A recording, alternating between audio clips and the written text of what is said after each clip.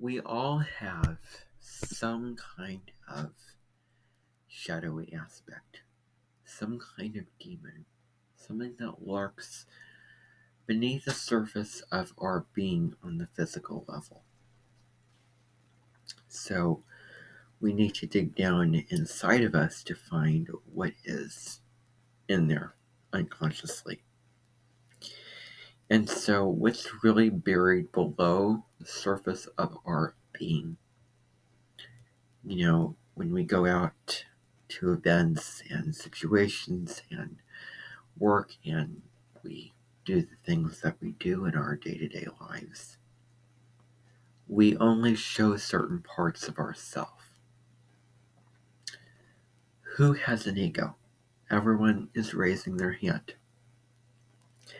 And so we put on a false sense of self at times as a collective. We put on a mask where we hide aspects of ourselves that we do not want other people to notice. And so it's really, really important that we make sure that we are not denying and disowning those parts of ourselves when we interact with the world in that way. When we cover up those parts of ourselves, we're basically putting on a filter of, this is what I want you to see of me, and I'm going to cover up this part of myself. Now, as much as it's important to, let go of those shadowy aspects of ourselves, it's also important to face them and bring awareness. The classic metaphor of bring the Medusa out of the cave. Bring it into the light of awareness. Are we going to spend our days cutting off snake heads? We cut off one head, 2 more grow in its place, and then we're having to chop off the snake heads. As exhausting as it is, we still don't want to get bit, so we keep doing that. We keep doing those unconscious habit patterns. What are the shadowy aspects of yourself? Is it, for me, I'm dealing with some kind of, I'm just going to come out and say it, OCD tendencies at the moment. And it isn't so much compulsive action as it is doing things out of irrationality when it comes to cleaning and contamination. So that's where I'm at. That's how my mind has gotten itself wired. And whenever I go into those compulsive habit patterns, I count down from 5 to 1 or 3 to 1 to get myself to stop. To notice, okay, I'm feeding this pattern. This is getting excessive and ridiculous and monotonous and tiresome and exhausting, and this should not happen. I'm going to stop. And so I have been living a life where I've been very, very self-aware. And there's certain things that I have not gotten to in my life because of the amount of things that I feel that I need to take care of. And it's a process of not feeding into your demons, not giving your life force energy to monsters in the mind, to starve the monster. What are we going to give our life force energy to? Who are we going to give it to? we're not going to just devote it to every single person that walks around. Looking at my hands to make sure that they are not cracking or bleeding. So, what are we going to give that to? Who are we going to give that to? And I think that the opposite placement of where the North Node is right now in the sign of Libra is really about who do we choose to be in relationship with? Who do we choose to relate to? You can meet anyone off the street and show them respect and show them kindness. Just out of just common courtesy. But what about relating to another person and getting into harmony and balance with that person? Who are we going to show our worth and give our value to? And so, in terms of relationships, if there would be a toxic relationship, hopefully we can see the signs that the universe is trying to have us see. And if it is a toxic habit pattern, let's hope that we nip it in the bud early on so that it doesn't manifest as something greater and something bigger and something more extreme and something more serious, more severe, more challenging, more difficult to get out of.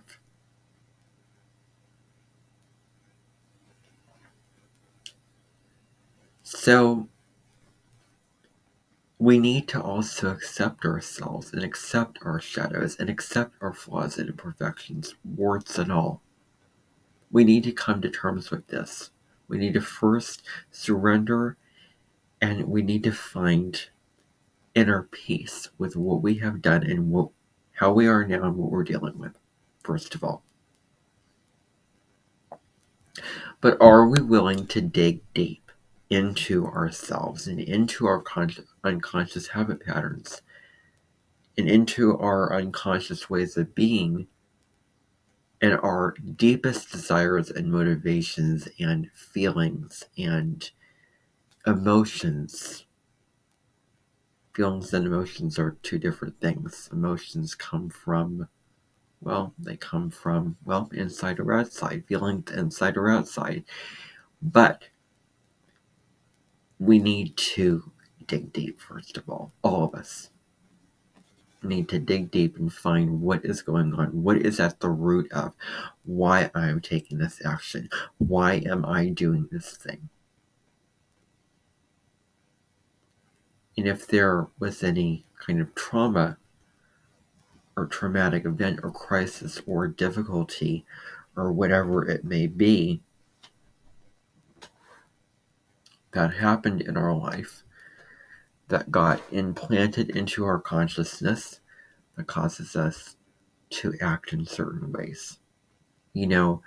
I think when you're watching videos, some aspects of that information go into our conscious mind, and then others just take sort of they go in through a hidden tube that you can't even see, and it enters into your unconscious. So it's very important, the seeds that we allow others to plant inside of us, and therefore it's very important that we're very discerning about the information that we're taking in and the energy and the vibration that it gives us.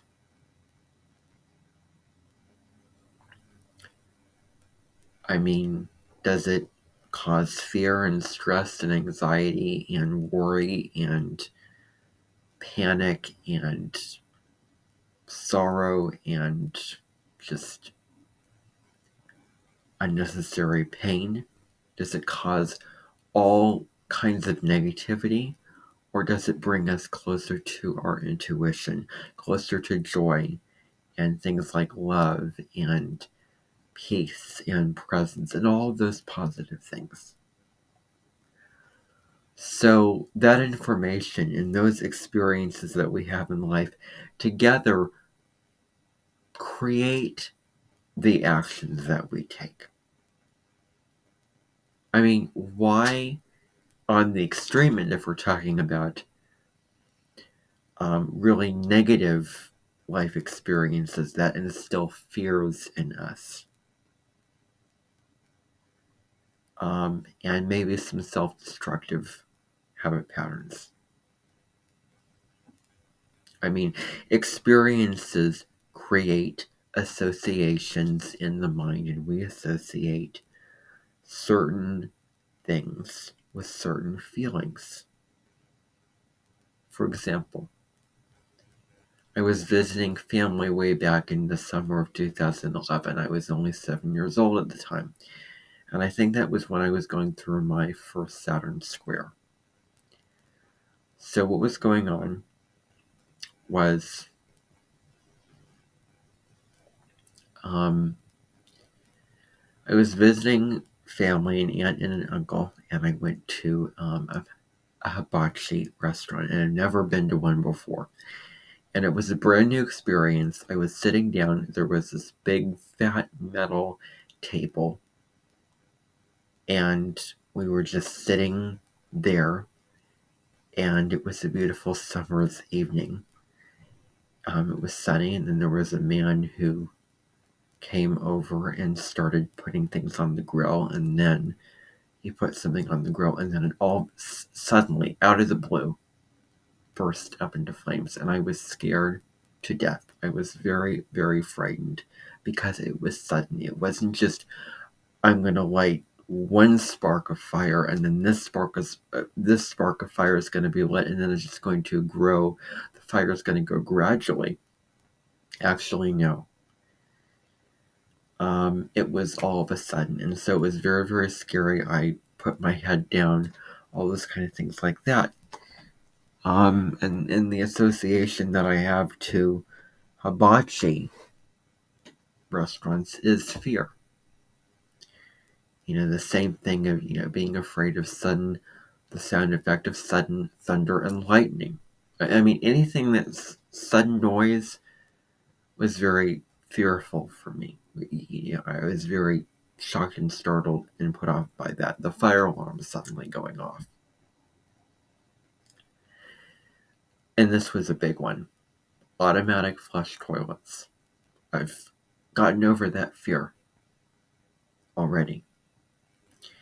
And so I'm just kind of going down the list of certain fears that I've had. There were several experiences, particular one experience at Culver's,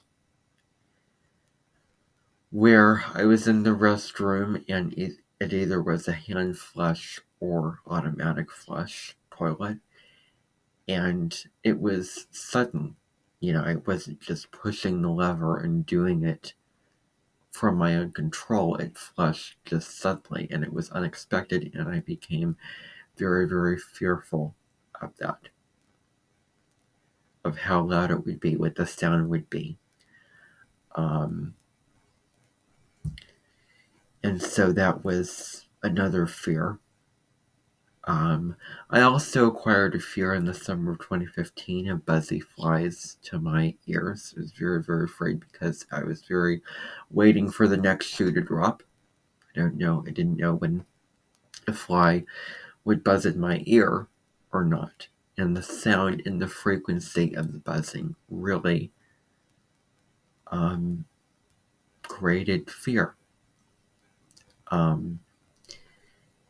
And so other fears, another fear is fear of altitude. I don't really have a fear of heights, necessarily speaking, unless I would be climbing a mountain or doing something like that. I'm pretty comfortable with that. But I do have a fear of altitude when it comes to my ears, and I do fear my ears popping. And I have this idea that the next time I go on a plane or in the mountains, I will do an incantation, or I will sing, or I will do like, the thing is risen, like something that would distract myself away from the experience, and it would be verbal. I mean, I don't care about the people. I mean, the people on the plane can think whatever they want to. I'm coping with it the way that I feel comfortable coping with it. And so I think with the altitude, I think singing or any distraction is going to be helpful. And of course, the more powerful the popping of the ear, the stronger I will sing and try to rise above and try to win the fight that I have with singing, competing against, battling against the popping of my ears. My ears are a very, very sensitive part of my body. And that's the part of my body where I have to be the one to get in there. Our doctor really can't get in there unless they're going to be gentle and also allow me to put whatever scope in. Because although those things that you put, the doctors put those things in your ear, although they look small, they feel really, really huge and frightening in your ear. So I am very sensitive when it comes to those kind of things like that. So, those are some fears. But, whatever it may be, what is the skeleton in your closet? What are those vulnerable, very deep and dark parts of yourself that you need to allow a seat at the table? Allow the pain to be transmuted. Allow the pain to have a voice. There's a card in Colette Baron Reid's Oracle deck, The Shaman's Dream. That's a phenomenal deck. And the card is transmuting pain. And so allowing the pain to be there. Because this life is the way of pain. And so, there's a reason why you have these patterns, that you have this pain, this drama, everything like that. I mean, isn't there always a reason? But the thing is, we can do deep healing work on ourselves with loving ourselves, with integrating all of our guilt, our pain, our shadows, all those kind of things. But we need to look at them. We need to be willing to face those parts of ourselves and do the work with grace, with patience, with self-acceptance, and with compassion for ourselves. Understanding that yes, we may do the healing forward, or we may go forward and then we may backtrack, because healing is not linear. We keep going back. However, when we keep going back, it becomes less severe. It becomes less big. It becomes less negative. And it becomes easier to move in the more positive direction. It becomes easier to heal and move forward and make progress and move ourselves in a direction of a higher frequency of, love, joy, bliss, all those kind of things like that. So, yeah. But we need to look at the skeleton in our closet. And removing it is not going to be a one-night stand. It is going to take time. But we need to first dig deep and look at what we need to look at. And so in astrology, that is Pluto. Pluto always wants you to move 1 inch closer to your empowerment. Anything that is not self-empowerment is something that Pluto is going to destruct and is going to transform into self-empowerment. That can come through releasing certain attachments and ways of being that just do not work for us. And the longer that we cling to those things, the more unhappy we are. And Pluto will throw a wrench at you, a knife at you, just so that you can get out of the self-destructive behavior, the limiting behavior. And so that's Pluto. It's, death, rebirth, transformation, that whole cycle. But we need to go into the underworld. We need to go into the basement. And that's Pluto's domain. When we hold on, the real suffering and pain is when we hold on to what we know does not work for us. That's something to it as well. I didn't want to get too in the weeds with Pluto and all that it means. I hope that you found, a sort of understanding and safe sanctuary with this video. I hope that you found it comforting to listen to, and harrowing to listen to, and I hope that you found it an empowering video. So that's all for now, and I'll see you in another contemplation or in another video. I just want to announce that every single week I take a look at the astrological energies for the week. And I also do a general astrology video where I talk about just a placement in astrology or a planet in astrology or the midheaven, the ascendant. I'm currently going through Saturn through all 12 signs. I've already done my introduction video on this planet Saturn in astrology. And then I've already done a video on Saturn in the sign of Aries. Next week on Sunday, September 24th, I'm going to publish a video on Saturn in the sign of Taurus. I also would really encourage you to follow the community tab on my YouTube channel, because I do daily written posts every single day, which is, creative writing, whatever I have inspiration and motivation and interest to write about. It can be astrology, spirituality. I make up stories and I share spiritual lessons within those stories. I mean, whatever wants to come through, but it is daily written posts. Whenever I post a new video that I feel proud about, that I want to, truly put out there, then I put a video post to that, and then any channel update and announcements, I'll put those. I put all of those in the community tab.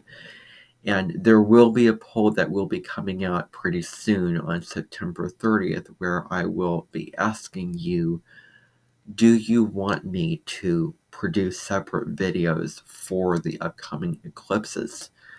There's going to be a solar eclipse on October 14th in Libra, and then there's going to be just a partial last-ditch lunar eclipse in Taurus on the 28th of October. So that poll will be coming out on September 30th, so make sure that you keep updated, that you're subscribed to my channel so that you can see those posts and those videos when they get published to my channel. I wish you the best. Bye, everyone.